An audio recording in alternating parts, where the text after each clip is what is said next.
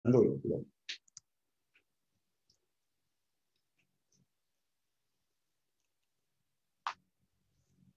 Maranatha, Tuhan Yesus segera datang. Selamat berjumpa kembali dengan program RIP 2020, sebuah program dari Elios Theological School, ITS, yang dilakukan secara maraton sampai tahun 2020 tahun ini berakhir. Saya Erna Dumais dari Sydney, Australia, yang akan memandu acara ini. Saudara-saudara, program ini dinamakan RIP 2020 oleh karena sebentar lagi kita akan menutup tahun 2020 dan kita akan mengubur tahun 2020 ini dan kita akan membuka tahun baru yaitu tahun 2021 dan 9 hari lagi kita akan mengubur tahun 2020.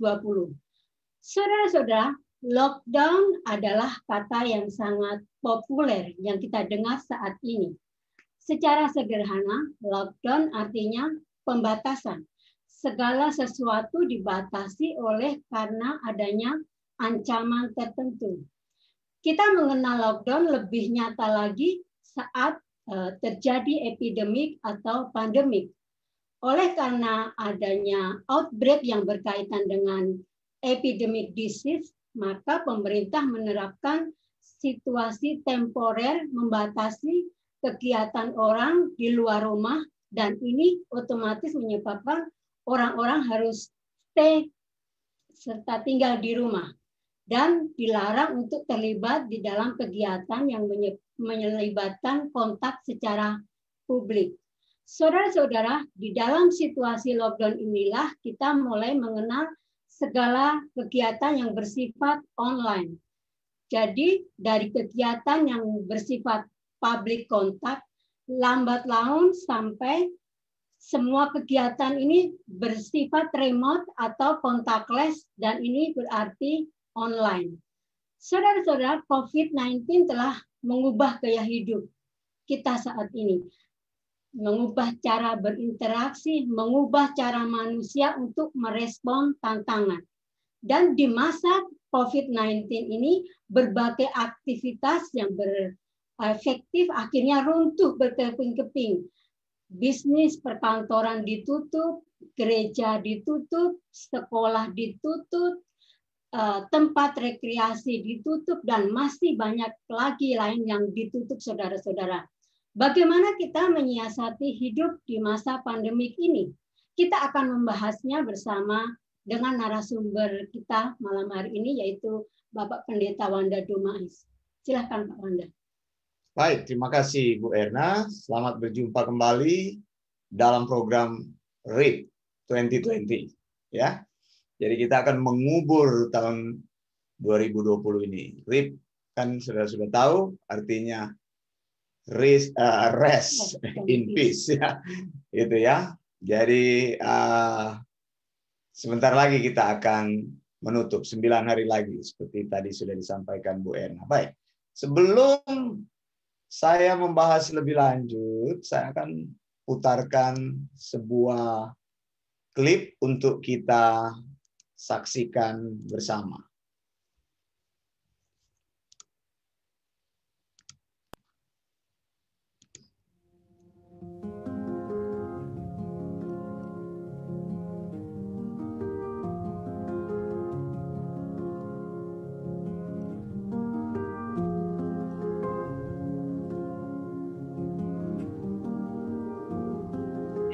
Situasi yang terjadi pada waktu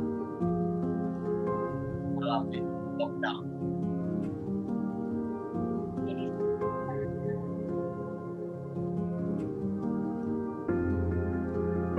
Tempat-tempat yang biasanya ramai, Python, Australia, Arctic, sekali tidak ada orang.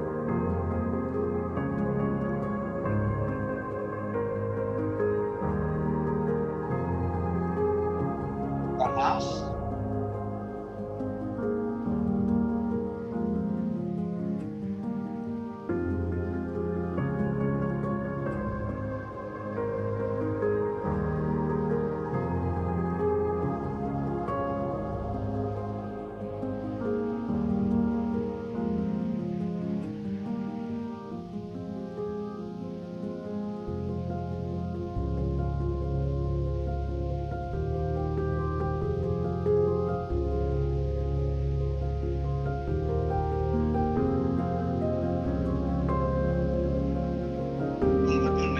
tempat yang unik, tempat yang menyenangkan, tidak ada kegiatan sama sekali.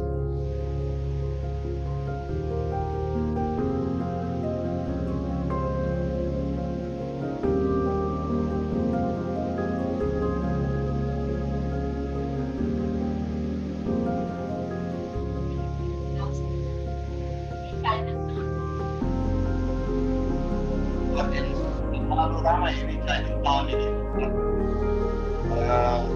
Dari pengalaman kita.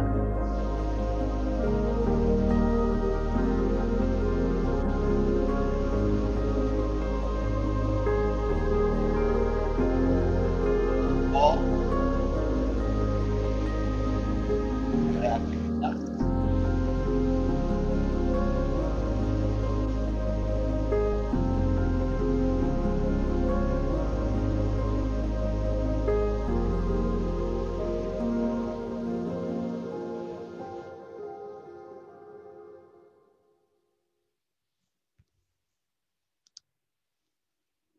Nah, saudara, itu beberapa gambaran yang bisa saya tunjukkan ketika terjadi lockdown pada bulan Maret, ya, awal tahun ini, Maret 2020. Ketika itu outbreak terjadi, ya. Kasus pertama itu ditemukan pada tanggal 1 Desember 2019. Kemudian tiba-tiba dunia terkesima, penyebarannya meluas ke seluruh dunia, COVID-19. Ternyata pada bulan Maret itu hampir semua negara melakukan lockdown. Nah, kalau Anda punya pengalaman-pengalaman yang berkaitan dengan lockdown, Anda bisa berbagi malam hari ini. Anda bisa tuliskan di dalam kolom komentar Facebook apa yang terjadi dengan situasi di tempat Anda. Gitu ya, saya sudah tunjukkan situasi di tempat kami. Begitu. Nanti saya akan tunjukkan situasi yang sebenarnya yang berkaitan dengan masyarakat pada waktu itu ketika lockdown terjadi. Nah, tadi hampir semua tempat lumpuh. Ternyata lockdown itu betul-betul melumpuhkan segala sesuatu, ya. Dan seperti tadi sudah disampaikan, lockdown itu adalah pembatasan dari government authorities. Orang diminta you must, jadi dipakai kata yang keras, you must stay at home, gitu ya, dan dibatasi semua aktivitas. Otomatis semua mengalami dampaknya, bisnis runtuh, sekolah ditutup, nah berimbas juga gereja ditutup. Ini yang akan kita bahas malam hari ini secara khusus. Mungkin perlu disapa dulu yang ada. Oke, kami akan menyapa dulu pada teman-teman yang sudah hadir melalui live Facebook. Saya mau menyapa Ibu Lina Dumais yang ada di Kasar. Ada Pak Prem yang ada di Bali. Terima kasih sudah bergabung. Pak Prem berkata tidak bisa bergabung di Zoom karena aplikasi saya bermasalah. Tidak apa-apa Pak Prem, cukup menyaksikan melalui live di Facebook saja sudah cukup. Kemudian ada Ibu Marcella Surentu yang ada di Manado. Terima kasih sudah hadir Ibu. Kemudian ada Ibu Oike Abram yang ada di Balikpapan. Ibu Christine yang ada di Batam, terima kasih juga sudah hadir. Ada Pak Ferry Gunawan yang ada di Sydney, terima kasih sudah hadir. Ibu Christine juga berkata Maranatha, Maranatha kembali Ibu. Ada Bapak atau Ibu ini, istilah jet. Mungkin tidak tahu juga. Kemudian ada Pak Jane ya Pahrepo Tarigan. Terima kasih Pak sudah bergabung menyaksikan program RIP 2020. Kemudian ada juga Lisan Muar, Munizai, Leonci. Terima kasih sudah bergabung dengan RIP 2020. Jadi saudara-saudara ada beberapa pertanyaan yang akan saya ajukan kepada Pak Wanda mengenai topik ini. Yang pertama Pak Wanda, bagaimana dengan masa depan gereja setelah COVID-19 ini? Karena Pak Wanda tadi, saya juga berkata tadi bahwa banyak gereja juga ditutup karena pandemik ini. Bagaimana menurut Pak Wanda? Baik, nah sebelum saya menjawabnya, saya akan putarkan lagi satu klip supaya Anda bisa lihat situasi yang sebenarnya terjadi di Australia ya. Ya, di sini yang berkaitan dengan lockdown, lalu kita akan membahas tentang masa depan gereja.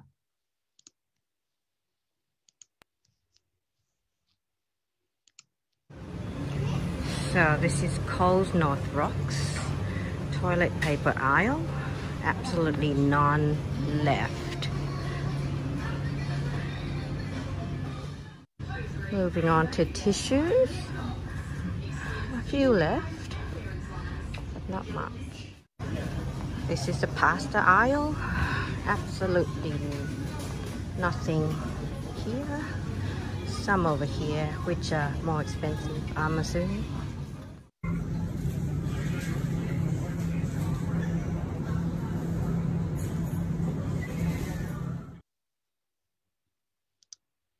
Ya, saudara.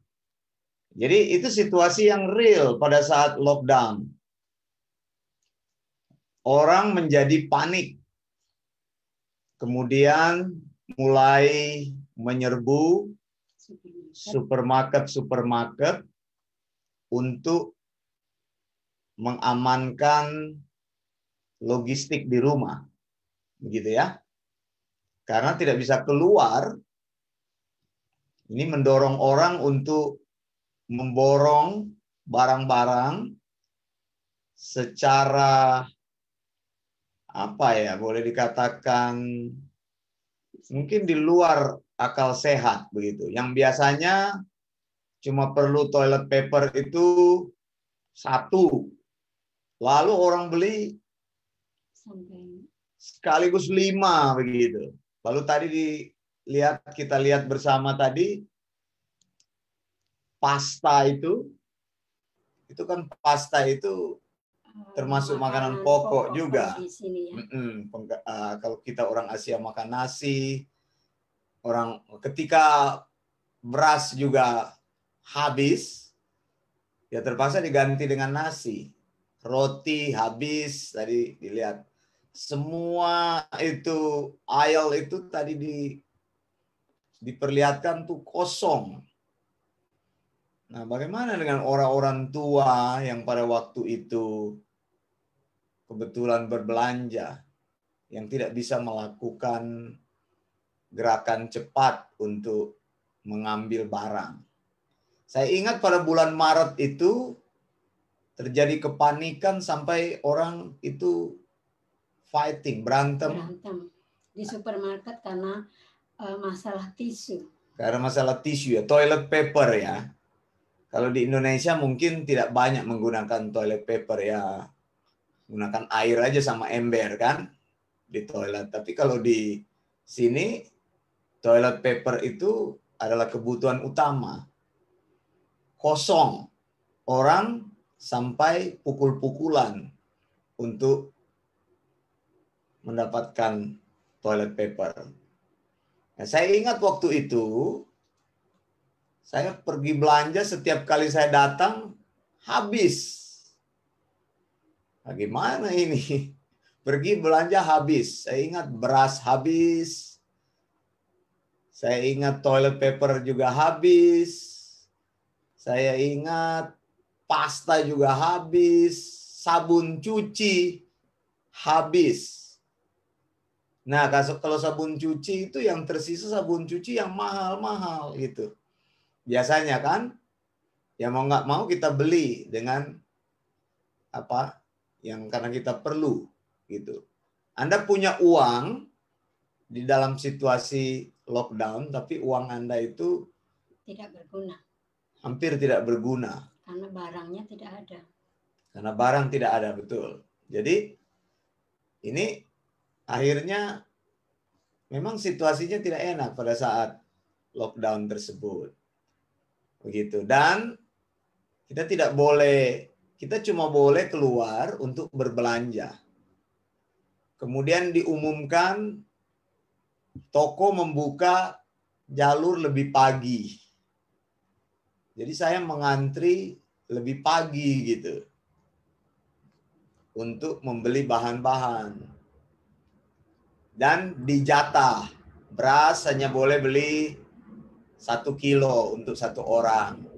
1 kilo itu satu bungkus, 1 pack begitu ya. Beras 1, toilet paper ya kalau dapat cuma boleh 1. Kalau dapat. Tapi selebihnya ya tidak dapat, antriannya panjang sekali. Ya kita harus sabar di dalam keadaan seperti itu. Gitu. Tapi keadaan itu ya akhirnya berlalu juga. Nah sekarang kita masih ada di dalam situasi itu, yaitu situasi pembatasan sosial. Meskipun tidak ada lagi lockdown, begitu, tapi tetap kita membatasi kontak secara fisik. Nah, bagaimana masa depan gereja setelah COVID-19?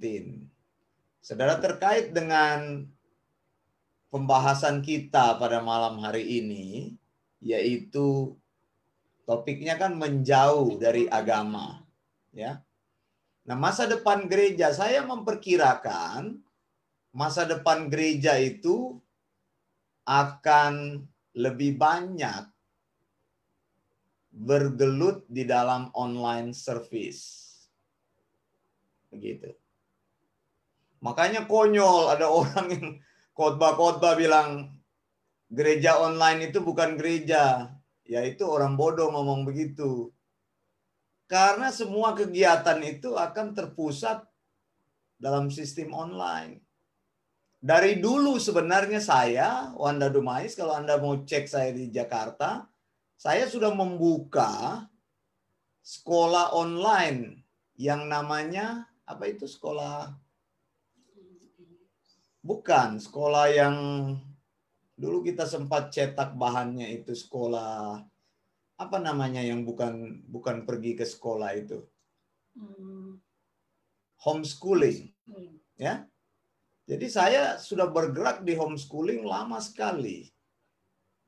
Pada waktu masih di Indonesia, saya membuat homeschooling, menyediakan sekolah untuk keluarga-keluarga. Tapi zaman dulu orang tidak terbiasa homeschooling itu, karena saya sudah tahu bahwa masa depan online itu akan ke depan lebih banyak, begitu lebih intens. Itu belum terjadi krisis. Waktu itu saya membuat bahan-bahan pelajaran, saya taruh di dalam CD, dan ada keluarga-keluarga yang membeli, ada juga yang saya berikan secara gratis. Banyak kan ada yang mengatakan anak mereka tidak cocok di sekolah, atau kena bullying, atau kena pukul dari gurunya, begitu. Kebanyakan yang saya terima seperti itu. Pada waktu saya masih tinggal di Indonesia, saya bergerak di homeschooling. Ya karena saya juga belajar dari teman-teman yang lebih dulu. Ada yang sudah lebih dulu melatih anak-anaknya. Ada anak-anaknya yang tidak cocok begitu sekolah. Karena berkebutuhan khusus. Jadi tidak bisa ditaruh di sekolah umum. Begitu. Kalau di luar negeri, ada guru-guru yang khusus, tapi kalau di Indonesia pada waktu itu saya lihat belum ada. Jadi diajar oleh guru-guru yang umum. Nah ini sulit. Terus pertimbangan iman. Anak-anak yang sekolah di sekolah negeri yang tidak ada pelajaran Kristen. Bagaimana caranya? Kalau Anda tinggal di kantong-kantong Kristen, ya gurunya ada guru Kristen. Tapi di Jakarta tuh sangat sulit mendapatkan pelajaran agama. Jadi mereka memutuskan bergabung dengan agama yang lain. Iya, bergabung dengan agama yang lain. Dan pada waktu pelajaran mereka bergabung dengan agama yang lain.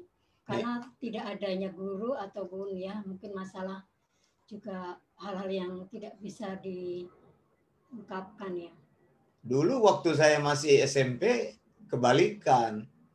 Ada teman saya yang non-muslim, justru tidak ada guru. Karena cuma dia sendiri, bagaimana mau dihadirkan guru non-muslim? Terus lalu guru bertanya, saya ingat. Bagaimana? Dia bilang, saya ikut pelajaran Kristen aja deh, Bu Guru. Begitu. Jadi ikut dia pelajaran Kristen. Padahal dia bukan orang Kristen. Saya ingat itu. Nah, masalah-masalah ini dari dulu saya sudah melihat bahwa online itu menjadi sebuah masa depan. Begitu. Kemudian muncullah sekolah-sekolah online. Nah, kami juga sudah membuat sekolah online itu semasa kami mengembalakan gereja di Jakarta, kami sudah ada sekolah online. Masih ingat itu ya? Kita berkeliling, naik motor. Saya cuma punya motor waktu itu, baru punya motor di Jakarta. Berkeliling di Jakarta, kita mengajar orang sekolah online. Itu. Kurikulumnya saya beli waktu itu dari Amerika. Gitu. Lalu banyak murid-murid kami mengikuti sekolah itu. Kemudian kurikulum yang saya beli itu ternyata banyak diikuti oleh gereja-gereja di Indonesia. Saya nggak tahu apakah mereka masih melakukan sekolah itu. Gitu. Sesudah saya beli itu, saya lihat ada banyak yang mulai ikut-ikut itu. Jadi sekolah yang dihadirkan di tempat jemaat, bukan jemaat yang pergi ke sekolah begitu. Artinya menjemput bola online itu sebenarnya begitu. Adalah sebuah kegiatan yang tanpa sekat, tidak ada lagi pembatas-pembatas begitu. Nah, masa depan gereja sesudah Covid, saya pikir akan ada di jalur begitu. Gereja itu harusnya menghidupkan, bukan membawa kematian. Begitu.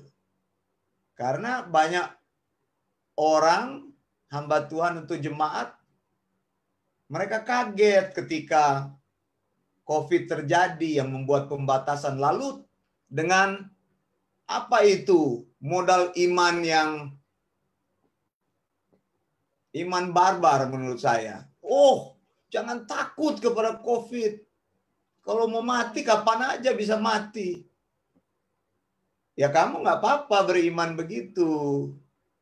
Tapi kebodohanmu akan menularkan Covid kepada orang lain. Dan terbukti kan banyak hamba Tuhan yang mati. Anda mau berdoa tiap hari atau mengucapkan tiap hari Mazmur 91 nggak mempan kalau Anda sudah kena virusnya. Karena Anda menantang Tuhan begitu. Mendatangi kematian begitu. Bukan cuma Covid yang membawa kematian, banyak penyakit lain yang membawa kematian. Ada HIV, AIDS. AIDS juga kan belum ditemukan obatnya. Ya jangan bermain-main dengan itu. Kalau kita sudah tahu itu penyakit membawa maut, lalu kita mendatangi, ya kita bodoh. Makanya masa depan gereja itu akan menjadi gereja online. Kita melakukan di situ, bukan berarti gereja online itu apa? Bukan bentuk gereja. Semua orang kita undang, lalu tidak seperti itu. Orang-orang yang berada bersama dalam pengajaran yang sama. Begitu. Kalau Anda setuju dengan pengajaran sound doctrine, ya Anda bisa bergabung dengan orang-orang sound doctrine. Iya, bergabung dengan gereja kami. Ya kalau tidak setuju ya tidak ada masalah, begitu. Kalau setuju dengan gereja kami, kita melakukan perjamuan kudus, kita juga akan tanya, Anda sudah mempercayai doktrin kami, Anda sudah hidup di dalam kebenaran, boleh ambil perjamuan. Kalau enggak, ya enggak usah, enggak apa-apa. Tapi gereja memang ditandai adanya pengajaran, adanya perjamuan Tuhan, lalu adanya pertemuan. Nah, pertemuan kita itu bisa bertemu dengan siapa saja, begitu. Gitu. Baik, mungkin dilihat dulu sebelum nanti saya akan menelpon komentator kita. Coba dilihat dulu di situ, apakah ada komentar dari Pak Prem. Di Bali dampak dari COVID-19 sangat terasa, apalagi Bali hidup dari sektor pariwisata, apalagi penerbangan dari luar negeri ditutup, tamu baik lokal maupun internasional tidak boleh diizinkan untuk masuk Bali. Nah, ini memang sektor ini yang paling terpukul sekali dengan adanya pandemik ini. Benar apa kata Pak Prem. Kemudian ada Pak Buang Wohon, terima kasih Pak sudah hadir. Kemudian ada Pastor Eric Ekel yang ada di Minnesota. Terima kasih Pastor sudah bergabung dengan program RIP 2020. Kemudian ada Pak Paul JTM Manghamen, terima kasih sudah menyaksikan program ini. Ada juga Ibu Vita Milo or Ekel, terima kasih Ibu sudah menyaksikan program RIP 2020. Kemudian ada Ibu Rustina M. Noveni. Maaf baru hadir Pak, tidak apa-apa Pak. Tidak apa-apa Bu Rustina. Kemudian Bu Rustina juga berkata, di dalam dunia pendidikan TA 2020 kami membuka KB Kristen. Oh, Ibu Rustina ini merupakan salah satu guru kayaknya. Iya, dia apa namanya itu? Penilik pendidikan atau pengawas kayaknya. Pengawas pendidikan Kristen. Begitu. Kemudian sudah. Ada lagi pendapat dari Bu Rustina, apa itu? Oh iya. Dan dampaknya COVID-19 memang sangat terasa karena blended learning. Iya. Apa itu blended learning, Ibu Rustina? Itu bisa dijelaskan? Bisa dijelaskan kepada kami karena soalnya saya nggak ngerti istilahnya itu. Istilah yang baru kami dengar. Ya. Oke, kita lanjut dulu. Kita akan menelpon Pak Jaki. Kelihatannya belum siap. Kita punya komentator. Kita lanjutkan lagi. Saya ada pertanyaan lagi. Apa pelajaran penting yang bisa diambil dari COVID-19 ini bagi orang percaya, Pak Manda? Nah ini, saudara, seharusnya kan COVID-19 ini mendekatkan kita kepada Tuhan, begitu. Justru karena ada kemalangan-kemalangan, keburukan-keburukan, ada penyakit, kita harusnya cari Tuhan dengan lebih sungguh-sungguh. Nah, ketika COVID-19 ini terjadi, di media sosial itu penuh sebenarnya dengan firman Tuhan, dengan sharing, kebaktian online. Nah, harusnya peluang ini ditangkap oleh setiap orang percaya. Cari Tuhan lebih sungguh-sungguh, karena saya melihat begini, justru semakin lama manusia itu semakin irreligious, begitu. Bukan ateis loh, tapi irreligious. Irreligious itu artinya memilih tidak mau beragama. Begitu. Memilih tidak berafiliasi kepada mana-mana. Tapi dia percaya dengan Tuhan ya Pak Manda? Percaya dengan Tuhan, dia mengaku orang Kristen. Tapi di rumah aja dia tidak melakukan aktivitas apa-apa. Banyak ini. Nah, saya meneliti Waktu saya punya disertasi itu saya meneliti di Eropa. Begitu di Eropa itu mereka bukan ateis. Saya menemukan beberapa kesimpulan itu bahwa Eropa itu bukan ateis, tapi irreligious. Kalau ateis kan tidak percaya Tuhan. Irreligious itu artinya dari kelompok agama yang mainstream, sekarang mereka memilih beragama pada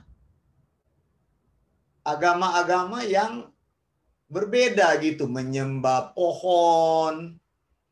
Begitu. Ada satu negara di mana saya meneliti di sana itu dia di sana itu mereka kalau dibilang Kristen itu mereka alergi.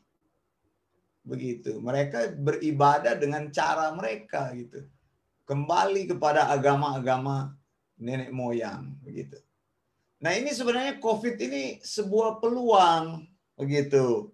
Untuk orang percaya, ada banyak yang ditawarkan. Makanya kami setiap hari, akhirnya saya dari tulisan-tulisan yang kita sudah kumpulkan, kita sudah ajarkan selama pelayanan kita nyatakan di dalam bentuk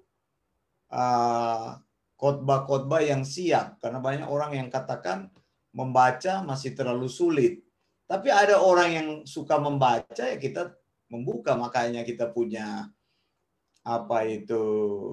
namanya Bible Independence Church Group, itu untuk menyampaikan pengajaran-pengajaran secara tulisan begitu, tertulis.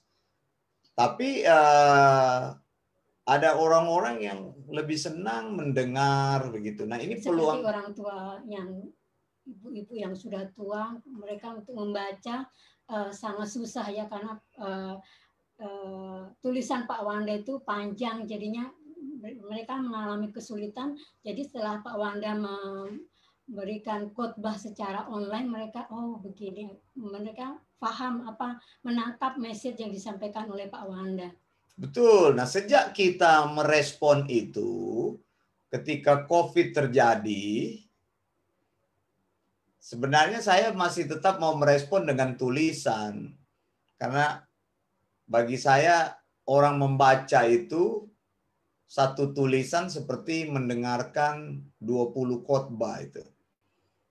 Cuma kan cara orang belajar itu berbeda-beda. Akhirnya kita mulai membuat pengajaran-pengajaran pendek, 20 menit, 15 menit, pengajaran-pengajaran sound doctrine yang kita mulai bukukan secara audio, kita mulai bikin gitu. Jadi sebenarnya itu adalah hasil yang panjang.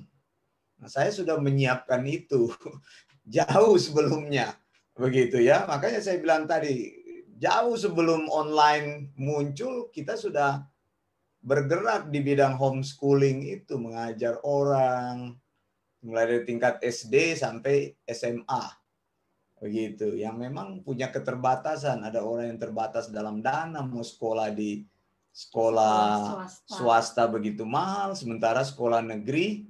Terus terang saudara, waktu saya survei sekolah negeri di Jakarta itu, pertama saya lihat toiletnya itu, saya lihat, itu jorok sekali, begitu. Ini terus terang. Jadi saya pikir bagaimana orang mau nyaman belajar. Nah, kualitasnya rendah, orang harus memilih sekolah negeri, sementara sekolah negeri mahal sekali. Akhirnya solusi online itu kita hadirkan, homeschooling. Begitu. Tapi dulu belum namanya online karena orang masih terbatas, tidak mempunyai jalur internet.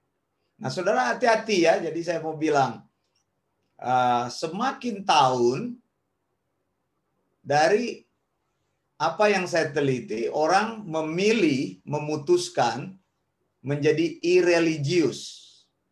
semakin tahun. Datanya itu signifikan. Datanya signifikan. Terutama di negara barat ya Pak Wanda ya.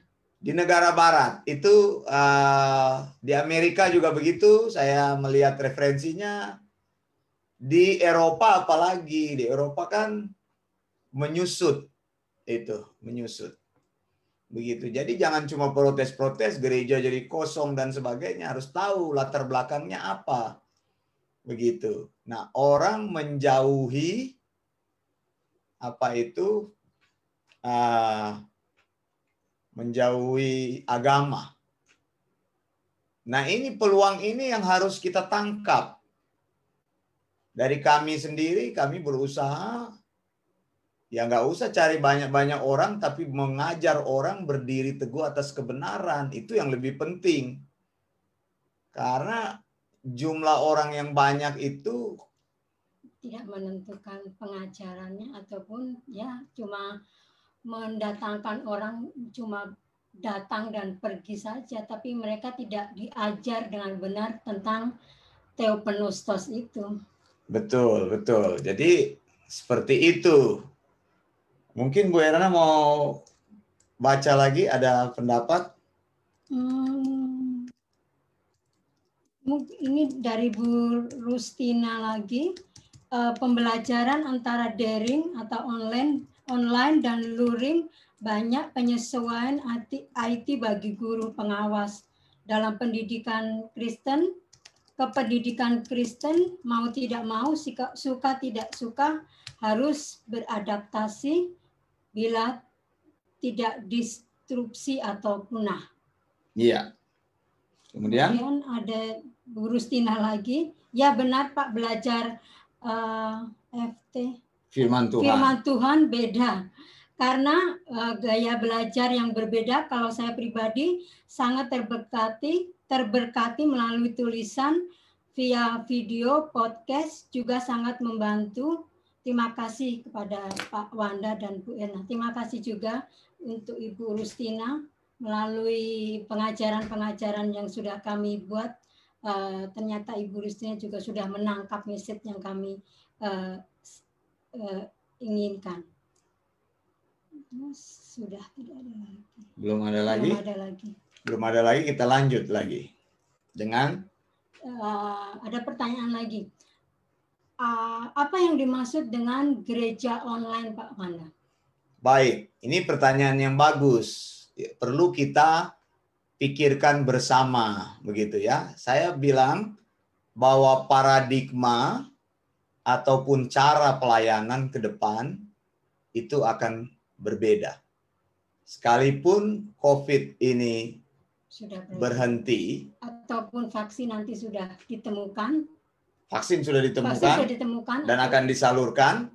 Kita belum tahu efektivitasnya sampai sejauh mana. Kita berharap bisa terbentuk herd immunity kan. Jadi kekebalan secara komunitas nanti, secara masyarakat orang menjadi kebal. Tapi prediksi saya kegiatan online ini akan menjadi sebuah kegiatan yang tetap. Gereja itu akan tersedia secara online adalah bentuk pelayanan yang utama. Begitu. Bukan gereja fisik lalu dimunculkan divideokan lalu dimunculkan ke online. Saya tidak memaksudkan seperti itu.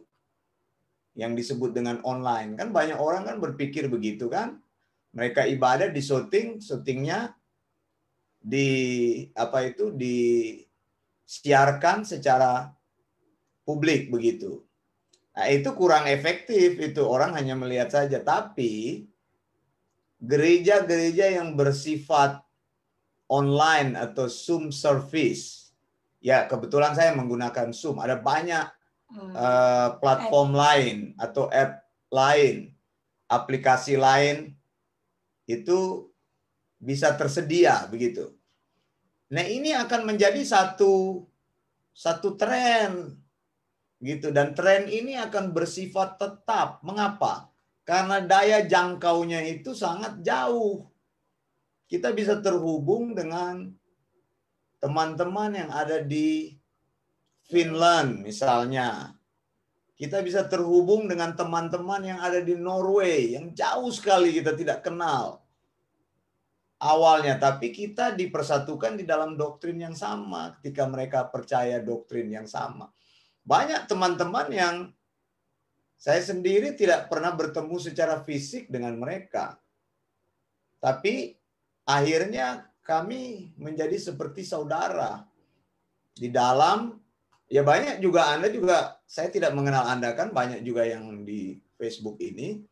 Tapi akhirnya kita sudah seperti teman akrab begitu, kenalan di mana. Sebenarnya kita cuma inbox aja, kita cuma bicara-bicara di Facebook, di Zoom, gitu. Saya bisa mengenal teman di mana, di Papua, begitu. Di Minnesota, Amerika Serikat, di Amstelveen, Amsterdam, di Finland, di mana lagi? Ada di Sweden, di Belgium itu. Kita bisa membangun di Germany, membangun keakraban yang sama begitu dengan sebelumnya kita tidak kenal satu sama lain. Lalu gereja online itu ya memang bersifat gereja di situ, ada tata cara ibadah yang kita sepakati bersama, di mana kita, nah ada memang hal-hal teknis yang belum bisa ini menurut saya, seperti menyanyi bersama-sama itu secara live. Karena suaranya lagging. Ya, karena terjadi lagging, karena terjadi ketidaksamaan speed internet. Ini karena kita masih ada di kita ada di 4G ya, sistem ya. Nanti kalau sudah di 5G sistem, itu Wi-Fi-nya itu akan sama. Saya berkali-kali mengajak jemaat bersama, tapi mereka terlambat begitu, terlambat karena 4G. Belum bisa real time-nya itu bisa sama-sama. Ini aja sebenarnya kesulitannya.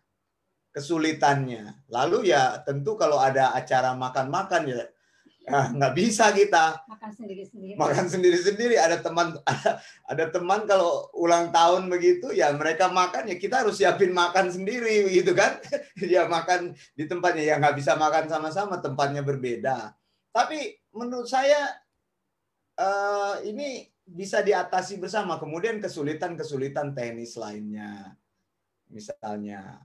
Nah, yang saya lihatkan sekarang ini yang kasihan itu pendeta-pendeta yang karena mereka bergantung sekali kepada persembahan jemaat, mereka pingin cepat-cepat gereja itu kembali lagi. Begitu. Kenapa saudara? Karena memang betul kalau saudara ada di gereja online ya dukunglah gereja online tersebut. Begitu. Jangan juga di gereja online tidak memberi persembahan, ya salah juga menurut saya. Begitu. Ya kalau Anda menerima firman Tuhan, ya dukunglah gereja tersebut, gereja apapun itu. Baik Anda ada di BIC atau Anda ada di MBIC, atau di gereja manapun, itu ya dukung persembahan. Begitu. Memang kan kita tidak menjalankan plate offering, begitu. Tidak kan? Tapi sebaiknya memang akan dibuatkan sistem begitu. Ya, tidak perlu kita pasang-pasang juga di online kita punya nomor rekening itu. Ya hanya menghimbau saja. Artinya dalam pengumuman kita memberitahu. Bisa juga jemaat mengumpulkan keuangannya selama 1 minggu itu berapa yang mau dikasih nanti di store ke rekening tertentu. Nah, seperti kami kan di BIC ada rekening rupiah juga. Orang yang tinggal di Indonesia mereka bisa memberi dalam bentuk rupiah. Yang tinggal di negara-negara lain, misalnya di Amerika, mereka memberikan dalam bentuk dolar Amerika, atau Australia memberikan dolar Australia, atau dalam bentuk euro kalau ada jemaat-jemaat yang di Eropa. Maksud saya seperti itu, begitu. Jadi begini ya Pak, kadang dengan adanya gereja online itu malah disalahgunakan oleh jemaat, begitu maksudnya Pak Wanda? Iya, betul. Ada jemaat ya, kasihan pendetanya, kok kenapa nggak didukung? Kalau dia sudah mengajar dengan sungguh-sungguh, kan dia juga melayani Tuhan, dia perlu hidup dari situ. Begitu didukunglah begitu. Anda sudah mendapatkan pelayanan yang baik, ya memberi begitu. Kalau Anda ada di Indonesia, berikan dengan ini saya menghimbau, karena banyak pendeta yang gerejanya tutup loh ketika COVID, dan dia tidak ada penghasilan, akhirnya gerejanya ditutup sama sekali. Begitu, tidak ada pemasukan dari jemaat. Lalu dia membuat online, ya dia juga kan harus membayar listriknya, dia membayar apanya. Kalau dia buka Zoom, dia harus beli membership fee Zoom, begitu.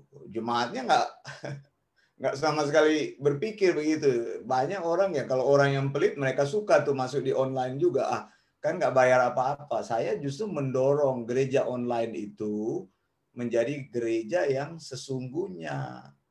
Gitu, Anda ada di situ, dukung pendetanya supaya dia juga bisa hidup begitu. Karena dia penghasilannya cuma penghasilannya melayani Tuhan sepenuh waktu, berharap dari persembahan jemaat. Ya kalau gereja-gereja yang besar sudah banyak uangnya, ya kadang-kadang kan mereka cuma munculin aja dia punya kebaktian, sumbang di sini, sumbang di sini. Tapi saya melihat banyak hamba-hamba Tuhan yang juga mereka hidupnya dari melayani. Gitu. Kan firman Tuhan mengajar kita, kalau kita mendapatkan firman, kita harus mendukung orang yang mengajar firman kepada kita. Begitu. Jadi ya jangan, saya sudah bilang orang Kristen diberkati ya, jangan tunjukkan sikap pelit lah begitu. Gitu. Saya kalau melayani jemaat itu saya tidak suka juga jemaat yang pelit, saya langsung tinggalkan begitu. Kenapa? Karena Anda ya nggak bisa menjadi orang percaya yang menunjukkan sikap pelit, nggak kena gitu. Begitu, berlindung di balik kebaktian online ya, supaya nggak kasih persembahan dan sebagainya. Nggak bisa, tetap ada sistem membership yang benar di dalam gereja online. Ada kan sudah ditata kebaktiannya. Begitu. Cuma memang kita tidak melakukan flat offering gitu. Gitu, dan kadang-kadang tidak bisa dihimbau karena juga tidak ada sistem seperti itu. Jadi dukunglah supaya gerejanya bisa hidup. Nah, dalam pelayanan gereja itu yang paling penting, kalau kami di BIC, bagaimana misi itu berjalan. Bagaimana kita mempunyai keuangan untuk mengirim hamba-hamba Tuhan, tidak fokus untuk membuat gedung gereja karena online kan. Karena sudah bersifat online. Yang kita ingin, kalau ada hamba Tuhan, dia bilang, Pak Wanda saya mau melayani di daerah ini, ya kita support orang itu. Nah, kita juga tidak terlalu suka orang minta-minta uang dengan mendukung pembangunan gereja. Banyak itu yang muncul ke Facebook, saya dukunglah. Karena misi saya bukan untuk membangun gedung gereja, tidak. Misi saya membuat orang-orang itu dekat dengan iman. Seperti gereja itu kita. Bukan gedung ya saudara-saudara. Tapi gereja itu, inti dari suatu gereja itu adalah, bisnis dari gereja itu adalah menyatakan kebenaran. Jadi kebenaran itu yang harus, kebenaran firman Tuhan yang harus dieksekusi dengan baik, maka itu yang akan diberikan kepada para jemaatnya. Begitu, kita lebih senang kalau banyak hamba-hamba Tuhan yang bisa kita latih, masih banyak ladang pelayanan, masih luas. Dan kita akan dukung orang-orang itu. Gitu, supaya ya kalau gereja tidak mendukung hamba Tuhan yang melayani, terus bagaimana? gereja akan mati gitu. Tidak ada orang yang mau pergi bagi Tuhan begitu. Begitu. Ada orang-orang yang punya keahlian, bisa bekerja, punya keahlian, bisa memberikan konsultasi, bisa punya keahlian-keahlian tertentu. Tapi ada orang-orang yang keahliannya ya cuma di dalam bidang teologi, ya dia sekolah untuk itu. Jadi Dan itu. dia memberikan hidupnya untuk mengajar orang gitu. Jadinya kita dukunglah orang hamba-hamba Tuhan seperti itu.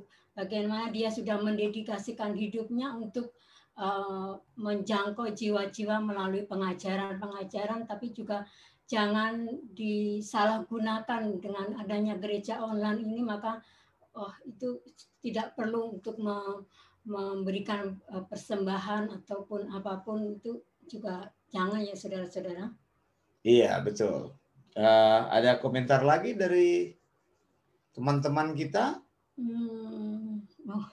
Bu Rustina, siapa inbox untuk nomor rekening yang ada di Indonesia, nanti kami kirim. Oh, sudah ada nomor rekening sebenarnya sudah dipasang-pasang. Nanti bendahara kami yang bisa tangani. Ada Pak Ferry Gunawan, untuk saat sekarang ini gereja online menurut saya lebih baik daripada tata cara ibadah dengan duduk berdekatan.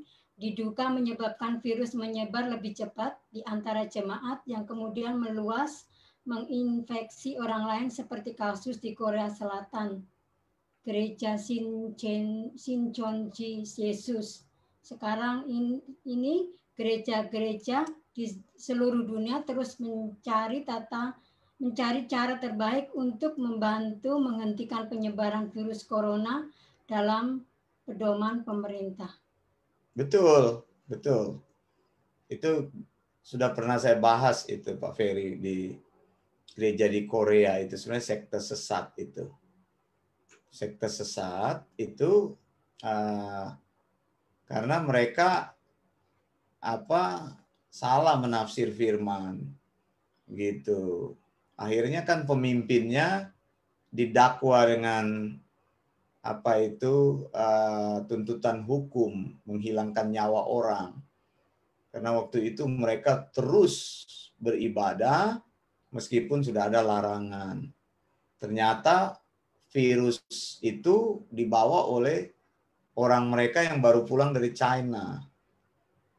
Bayangin, mereka itu punya jemaat puluhan ribu. Lalu ibadah mereka katakan itu beriman barbar tadi, tidak usah pakai masker, lalu berrangkulan. Akhirnya terjadi klasternya dari situ yang di Korea Selatan itu. Pemimpinnya sudah didakwa dengan pasal-pasal pembunuhan karena dia menghilangkan nyawa orang lain dengan sengaja begitu. Maksudnya bukan dia, tapi dia menciptakan situasi itu. Betul, dan ini saya bilang akan menjadi gereja, bentuk gereja yang ke depan. Saya sudah melihat tren itu. Dan bukankah tren sekolah juga sudah dari dulu, sekolah online itu sudah ada. Bahkan di Indonesia sepertinya anak-anak masih online learning itu. Di Indonesia masih ya? Berapa bulan? 6 bulan mungkin masih belum online. Masuk. Di Indonesia belum masuk. Tatap muka antara murid dengan guru. Jadi kalau nggak salah saya sudah menulis status 2 tahun atau 3 tahun lalu tentang bagaimana kita harus terus mengembangkan diri, belajar, dan nanti saya coba cari itu ya. Bagaimana belajar melalui universitas-universitas yang bahkan ada yang free.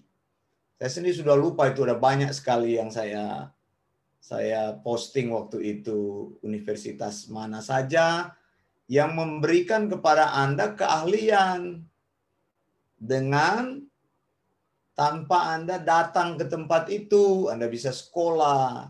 Kalau punya kerinduan mau sekolah di Amerika, kan sekarang juga nggak bisa datang ke sana, terus biayanya juga mahal. Begitu. Ada juga yang bukan ada, memang sudah dari dulu. Oh, kan itu akademi itu, kan akademi saya ingat. Kemudian ada lagi beberapa. Jadi mengajar banyak hal sebenarnya melalui online kalau kita kreatif. Begitu Anda yang mungkin terhenti sekolahnya cuma sampai SMA misalnya, tidak melanjutkan lagi karena keterbatasan. Diberikan banyak peluang asal mencari informasi, itu power, itu cari. Bisa kita belajar S1, kredit kita diakui melalui sekolah itu, sekolah online. Nah, sekolah online ini juga kan sudah diakui, semua sudah bergerak ke arah online. Begitu. Kenapa gereja tidak mau masuk di situ? Karena takut kehilangan persembahan. Makanya tadi saya bilang, karena belum terbiasa saja. Belum terbiasa saja orang. Kalau di gereja kan dijalankan tuh persembahan. Ada yang bilang, kami tidak jalankan persembahan, taruh kotak di depan ya. Whatever. Apa yang engkau terapkan, itu tidak ada masalah. Cuma di dalam online kan kesulitannya orang belum terbiasa. Begitu. Jadi memang beberapa pendeta merasa ini bukan bagiannya begitu, dan memang berkhotbah di depan secara online itu memang tidak gampang. Ya saya bicara ini karena saya punya pengalaman, saya seorang pengajar di broadcasting gitu. Saya dosen di broadcasting jauh sebelumnya saya mengajar broadcasting, mengajar media. Jadi ya sudah biasa saya mengajar orang bagaimana public speaking, bicara di depan media, membuat program acara gitu. Tapi kan banyak orang lain yang tidak punya kemewahan itu. Yang kalau bicara di depan jemaat bisa, tapi Anda bicara di depan komputer, Anda tidak melihat jemaatnya bagaimana? Bagaimana membangun emotional audience itu? Agak susah kan? Nah, ini perlu dipelajari. Sebenarnya saya pingin mau buka seperti itu, tapi ya biasa kalau dibuka sekolah gratis, banyak orang yang hadirnya muncul 1 kali, 2 kali nggak muncul kalau gratis gitu. Kadang menyepelekan ya Pak. Tapi kalau dibuka sekolah bayar, protes, oh mahal ini. Gitu. Sebenarnya kita mau menyediakan ilmu kita itu untuk membangun orang. Apa yang saya punya saya mau berikan untuk membangun orang lain supaya mereka juga merasakan yang sama begitu. Jadi memang membangun habit itu tidak gampang. Tapi saya punya keyakinan bahwa online ini learning ini akan menjadi the top ini choices begitu. Jadi kita tidak bisa lagi menghindarinya. Sekarang sudah semuanya sudah. Orang lihat. Di Facebook ada teman yang saya lihat mengajar musik secara online. Anda bayar 50.000 saja dia charge itu. Untuk kelas belajar gitar, belajar piano.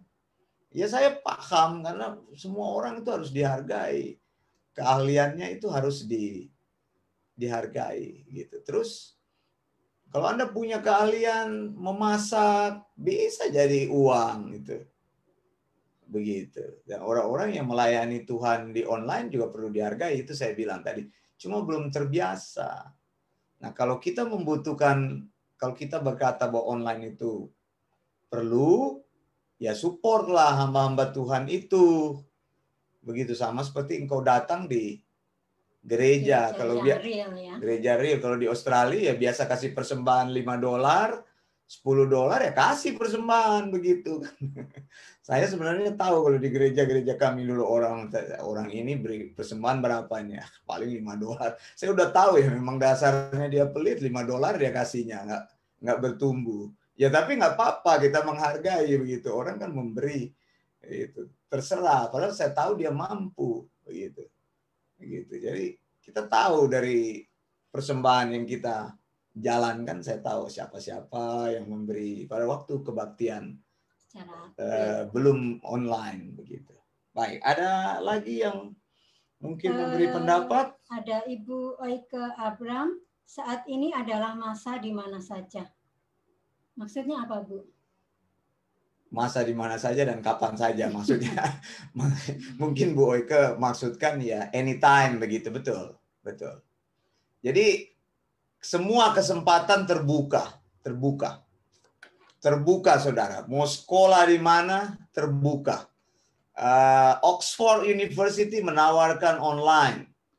Ya tentu saja sesuai dengan uang Anda begitu. Terus terang kalau sekolah yang dibuka oleh Australia mahal juga. Ya, tapi kalau Anda merasa mampu online, silakan. Jadi gelarnya diakui sama gitu. Jadi Queensland University, New South Wales University, Sydney University. Jadi sekarang online dan ini adalah sebuah pilihan. Anda tidak bisa lagi mau datang ke Australia ditutup begitu. Dan juga perlu uang yang banyak. Kenapa tidak mencoba belajar gitu. Begitu. Dulu saya sebenarnya ada tawarin banyak teman-teman. Kalau mau sekolah di Eropa saya bisa bantu banyak channelnya ya, tapi sedikit yang merespon begitu. Sedikit yang merespon. Tapi sekarang ya sudah susah, sudah tertutup. Bordernya sudah ditutup. Kalau mau belajar ya belajar online. Gitu ya. Dulu kami banyak membantu juga orang yang kalau mau dari Indonesia mau sekolah, saya kasihkan jalan kemana, bagaimana caranya mengambil visa, bagaimana caranya untuk mendapat beasiswa dan sebagainya. Gitu. Tapi sekarang ya sudah susah karena border sudah ditutup, tidak bisa kemana-mana lagi ya. Peluangnya online. Kalau online ya tinggal tanya aja kalau mereka menyediakan beasiswa potong berapa persen. Cuma memang agak susah belajar online, semua sistem bukan agak susah, sistemnya harus mapan gitu. Kalau Anda tidak punya sistemnya, komputer dia punya requirement berapa, internetnya berapa gitu. Internet itu yang menjadi pokok permasalahan juga. Apalagi mau kerja di lab itu nanti perlu tatap muka dan sebagainya. Nah, itu memerlukan internet yang baik gitu. Jadi terus mendownload itu. Nah, saya juga mau sampaikan, saya juga tidak pernah membeli buku lagi. Tanya Bu Erna, buku dalam bentuk buku yang paperback itu, buku yang real, nggak pernah lagi. Ya selain nggak ada tempat, orang buku-buku kami banyak kami buang di sini. Cuma taruh di luar aja nanti diambil orang. Sudah kepenuhan tempatnya. Begitu. Saya banyak sekali novel-novel. Saya suka membaca novel. Itu beli novel-novel banyak sekali saudara. Banyak sekali. Banyak sekali. Dan tebal-tebal itu. Dari penulis-penulis yang terkenal. Karena saya suka membaca dan dari situ saya punya ide untuk menulis. Saya juga dulu kan menulis cerpen sebelumnya. Dari waktu masih remaja di Manado, menulis cerpen, menulis puisi, saya kirim ke koran-koran begitu kan. Jadi itu merefreshing, membaca skenario film itu saya suka gitu ya. Saya beli buku-buku skenario film itu dulu zaman-zaman film Indonesia masih top-top itu. Sutradaranya siapa itu? Pokoknya zaman-zaman Wim Umbo dan sebagainya saya beli, mereka punya itu. Dari IKJ saya beli, saya pelajari bagaimana caranya mendirect sebuah movie. Tapi belum pernah sih terjun ke sana, hanya belajar secara otodidak. Ya, kalau mau dulu bisa masuk IKJ. Nah, seperti itu. Paperless ya Pak, mana jadinya? Sudah paperless. Kita sekarang nulis aja udah hampir tidak menggunakan pen. Semua ada note di iPad, di komputer. Begitu. Di rumah kita tidak menggunakan lagi telepon konvensional, sudah tidak bisa karena sudah NBN, sudah mati. Jadi telepon rumah sudah nggak ada, kami sudah menggunakan telepon genggam, mobile. Ya dulu juga pakai telepon rumah, nggak ada orang di rumah, orang telepon. Siapa yang telepon itu marketing. Bahan telepon marketing. Jadi teleponnya dulu telepon rumah dihubungkan dengan handphone karena tidak ada orang di rumah. Sejak NBN masuk, National Broadband Networking ya, Australia menggunakan NBN. Sudah diputus teleponnya karena wasteless gitu. Sudah nggak berguna gitu. Ada yang berpendapat lagi? Sepertinya belum. Belum? Saya mau mengajukan pertanyaan lagi nih Pak Wanda. Bagaimana cara mengubah paradigma mengenai iman di masa COVID-19 ini Pak Wanda?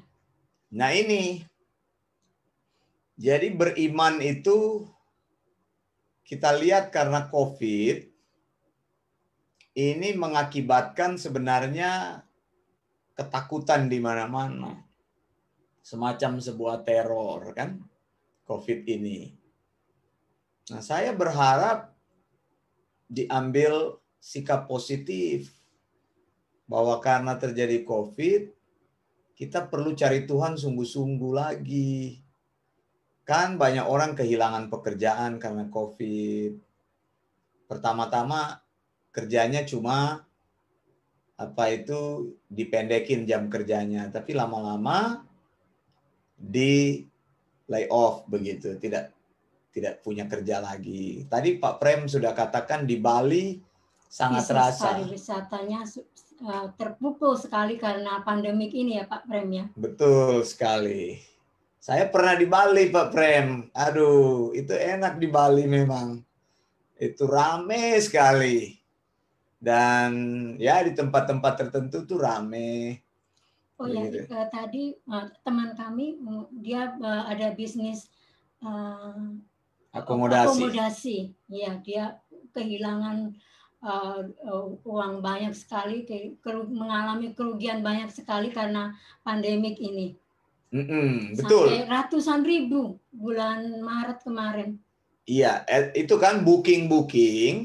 Nah kebetulan nih Australia, khususnya Sydney, New South Wales di mana kami tinggal, ini kan saya sudah bilang, Australia sudah bebas ini dalam beberapa bulan yang lalu. Sudah nol, tidak ada lagi penyebaran COVID.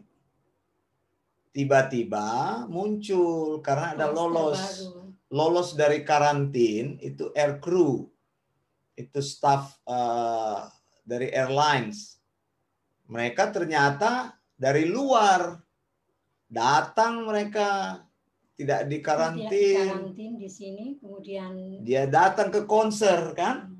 Konser, akhirnya dari situ muncul orang terkena, mulai 13 orang kena, lalu naik kasusnya. Sampai hari ini 90. Sampai hari ini sudah 90, bayangin. Nah, daerah itu Northern Sydney, Northern Beaches gitu. Daerah pantai utara, daerahnya bagus sekali tempat orang berlibur. Ya memang sih Australia di Sydney ya, New South Wales bagus semua maksud saya. Saya mau beritahu ini bahwa orang senang berlibur ke sana begitu. Akhirnya ditutup sampai tanggal 23 ini, mereka ditutup. Tidak boleh lockdown lagi, tidak boleh melakukan kegiatan apapun. Nah, sekarang tadi yang teman kami bilang bahwa bisnisnya itu merugi, semua orang batalin itu mau acara Natal dan Tahun Baru. Kita juga nggak tahu nih apakah Natal ini boleh berkumpul lagi atau akan ada pembatasan lagi. Nanti menunggu pengumuman dari Premier besok, kayak sepertinya besok siang sepertinya. Iya, jadi itu. Nah, padahal kasusnya itu kan baru ya, 90 itu sudah banyak sih, 90 saudara. 90. Cuma puji Tuhan dari 45.000 orang yang dites COVID, hari ini cuma ada 8 kasus. Jadi penyebarannya tidak begitu cepat gitu. Artinya langkah-langkah sudah. Cuma Sydney kembali lagi tertutup lagi. Semua sudah tertutup. Ya, semua yang lain-lain sudah tutup, negara bagian yang lain. Jadi kita tidak boleh ke sana.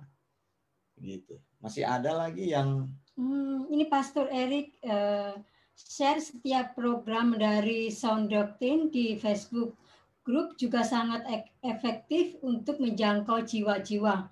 Mari kita take advantage of this situation untuk menyebarkan kabar baik pengajaran Sound Doctrine. Betul sekali Pak Pastor Eric, karena dengan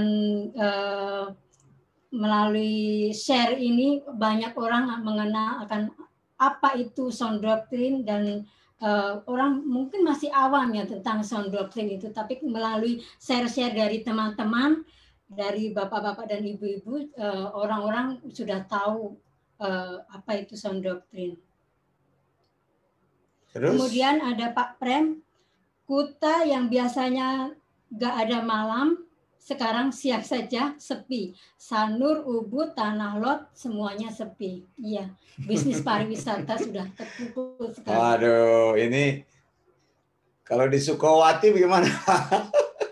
Kalau saya ke Bali, biasanya mampirnya di Sukowati itu. Ya, tempat-tempat yang Pak Prem sebutkan tadi, ya juga kita mampir. Itu memang tempat keramaian begitu, bagus sekali itu kan. Tapi ya itu sudah tertutup semua, jadi kita kasihan sekali. Nah, kalau pariwisata nggak bisa online ini Pak Prem, gimana caranya? Tapi sebenarnya ada yang dikembangkan sekarang ini.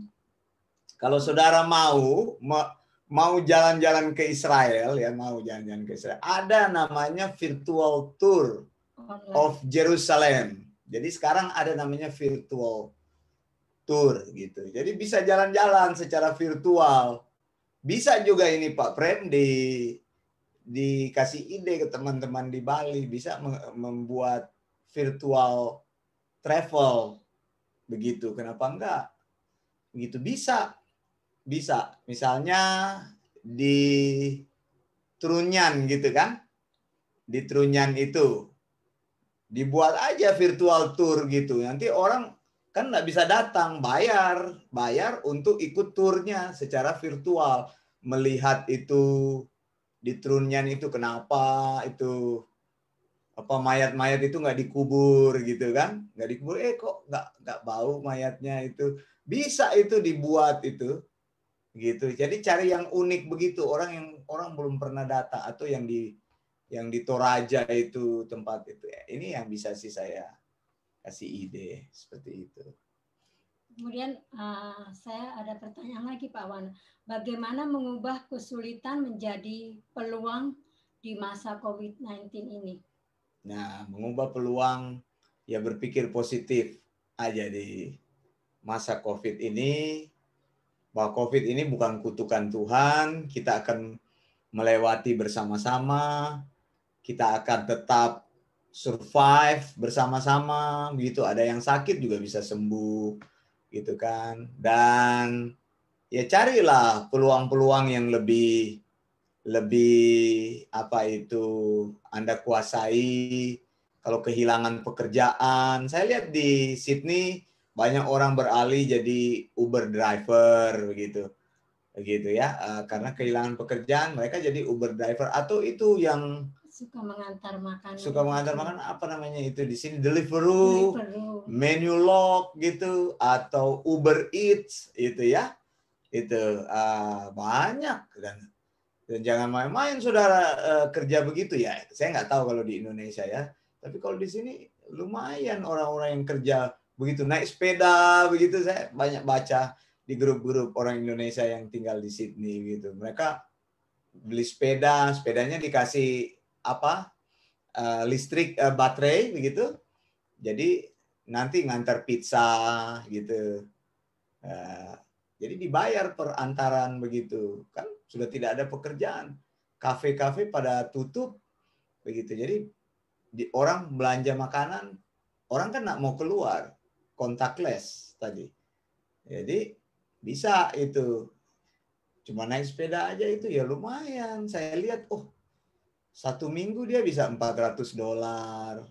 Ya cukup lah kalau untuk anak muda $400 bayar sewa apartemen 100, 200, sewa kamar, ya sewa kamar gitu kan. Ada yang tinggal di ruang tamu aja mungkin ya karena COVID harganya harga Oh COVID. ya, harganya juga harga rendah, turun. Terus mau Natal ini ya bikin kue begitu. Banyak kan teman-teman. Jualan online maksudnya. Jualan online, bikin kue begitu. Memasak kemudian ditaruh di grup, kemudian bisa ditawarkan ke orang-orang. Iya, tawar ke orang-orang, bikin packaging atau bikin bagus. Catering juga bagus. Saya lihat banyak itu yang begitu, banyak peluang yang bisa diciptakan. Keahlian Anda apa? Begitu manfaatin gitu menjadi sebuah peluang. Karena masih lama ini untuk bekerja saja. Masih lama ini orang akan perusahaan mau hire bagaimana? Nggak ada uang. Saya kadang-kadang cerita dengan anak saya yang di Eropa, telepon sama Tessa, ini dulu bisnis di sini kamu ingat nggak kita lewat-lewat kita makan di situ, sekarang sudah nggak ada. Sudah tutup. Begitu nggak kuat bayar sewa, nggak kuat bayar gaji. Bayar pegawai. Pegawainya bagaimana? Jadi ya itu tadi akhirnya mereka cari kerja lain. Ya memang sih ya di Australia ada kerja-kerja yang cuma ngantar-ngantar flyer dibayar. Tapi kalau Anda punya keahlian secara otak begitu, saya bilang keahlian apa? Bikin kue gitu. Coba bikin kalau Anda mau, saya menyediakan, saya punya Facebook Sound Doctrine itu sudah bisa monetize. Jadi kalau ada yang mau, saya bisa pakai Facebook saya itu, Facebook kami, yang punya keahlian apa, hubungi saya, kita bikin pelatihan, itu pelatihan berbayar, begitu. Bisa. Nanti Anda bisa dapat uangnya, begitu.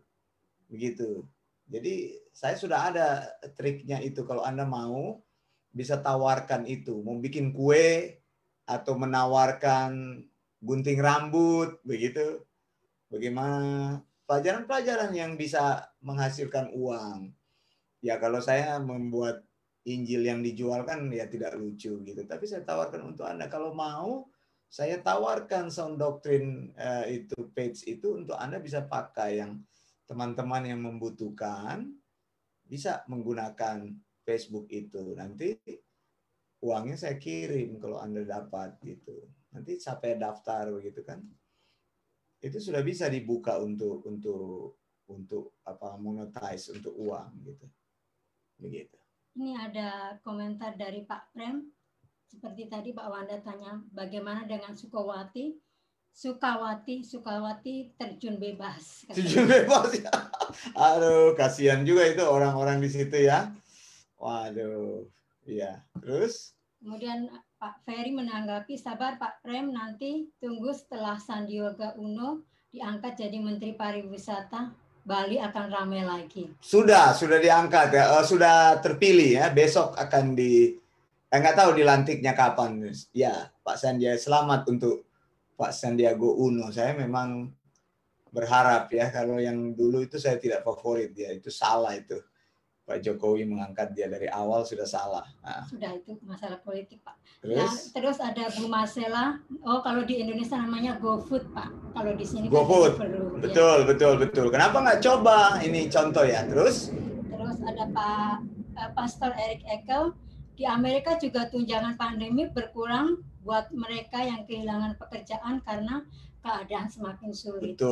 Betul sekali. Kita tidak bisa bergantung terus kepada government ya. Betul Pastor Eric.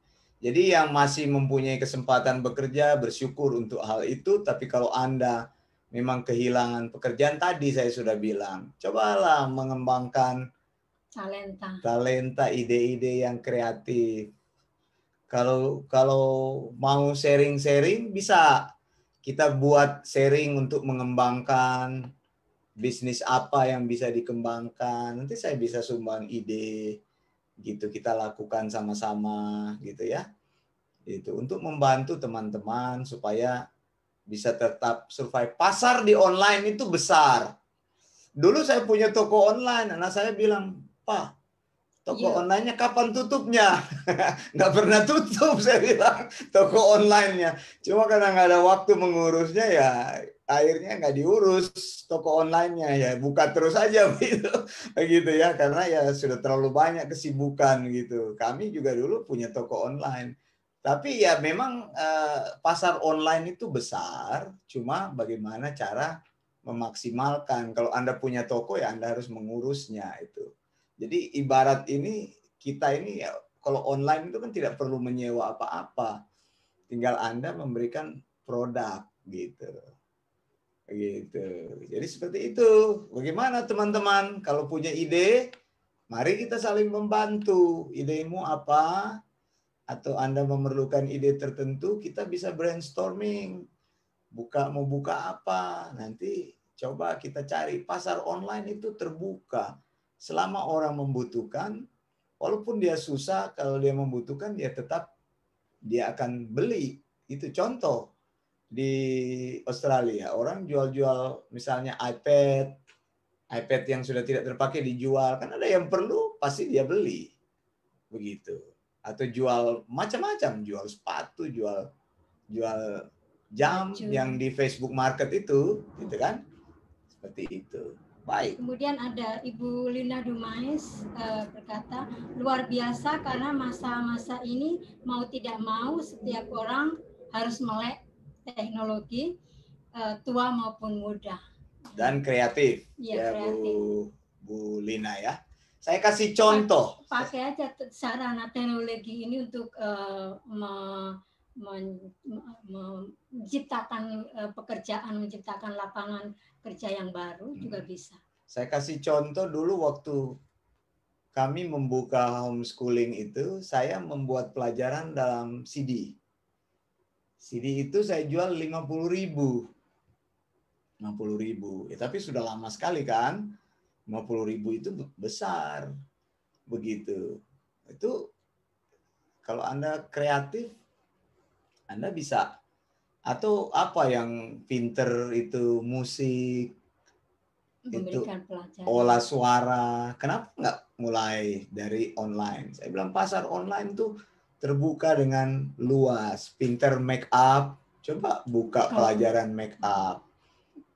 Gitu, makeover maksudnya ya, untuk perempuan, gunting rambut, bagaimana mengajar orang supaya bisa gunting rambut, kilat, memotong rambut. Iya, atau ya banyak mengajar bahasa Inggris, begitu kan, banyak bisa kalau punya waktu kenapa enggak gitu, bisa kita bisa lakukan banyak. Saya pikir sudah semua sudah tercover. Terima kasih untuk semua yang sudah berpartisipasi pada malam hari ini. Besok hari saya ingin membahas mengenai ucapan Natal yang dilarang. Begitu. Mengucapkan selamat Natal. Iya, ucapan Natal yang dilarang. Jadi join di RIP 2020. Ya, kita akan bahas ucapan Natal yang dilarang, apa maksudnya? Apakah hanya sekedar yang Anda dengar seperti di Indonesia? Gitu. Saya akan beritahu Anda ada hal yang spesial, begitu, yang mungkin Anda belum pernah tahu, dan ini akan membawa sebuah pencerahan baru. Jadi kita bertemu dalam program besok hari ya. Pokoknya siaran maraton ini sampai pada hari terakhir kita memasuki tahun 2021. Jadi saya ingin membuat pencerahan-pencerahan supaya kita mengubur tahun 2020 ini dengan sikap yang pasti, dengan iman yang pasti, dengan sikap yang positif. Gitu. Kita akan survive, tidak perlu menyerah, kita akan bangkit bersama-sama, dan lebih penting tadi saya bilang COVID ini tersedia banyak firman Tuhan, cari firman Tuhan, jangan menjauh dari iman, tapi cari Tuhan semakin sungguh-sungguh. Apalagi sudah ada sound doctrine, ajaran yang sehat. Baik, kami berdua akan pamit, kita mengucapkan salam Gereja Perjanjian Baru, Maranatha, Tuhan Yesus segera datang. Blessings.